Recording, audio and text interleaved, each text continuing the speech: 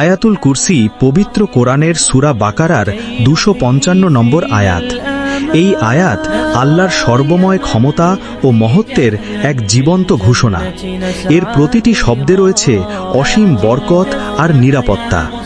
আপনি কি জানেন, যে ব্যক্তি প্রতি ফরজ নামাজের পর এই আয়াত পাঠ করে তার আর জান্নাতের মাঝে থাকে শুধু মৃত্যু?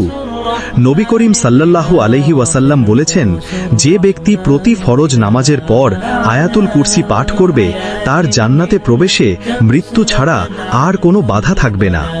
শুধুই জান্নাত নয়, যখন আপনি ঘুমাতে যান আয়াতুল কুরসি পাঠ করে ঘুমালে আল্লাহ তাআলা আপনার জন্য একজন ফেরেশতা নিযুক্ত করেন, যিনি সকাল পর্যন্ত শয়তানের অনিষ্ট থেকে আপনাকে রক্ষা করেন। শুধু আত্মিক প্রশান্তি নয়, আয়াতুল কুরসি পাঠ আপনার ঘরকে বিপদ আপদ, জাদুটোনা আর নেতিবাচক শক্তি থেকে রক্ষা করে। এটি আপনার রিজিকের দরজা খুলে দেয় এবং দুশ্চিন্তা দূর করে মনে ভরসা জাগায়।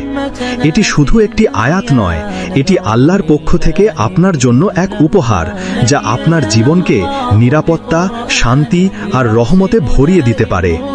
আসুন এই অলৌকিক আয়াতকে আমাদের হৃদয়ে ধারণ করি এবং এর বরকতে আমাদের জীবনকে আলোকিত করি।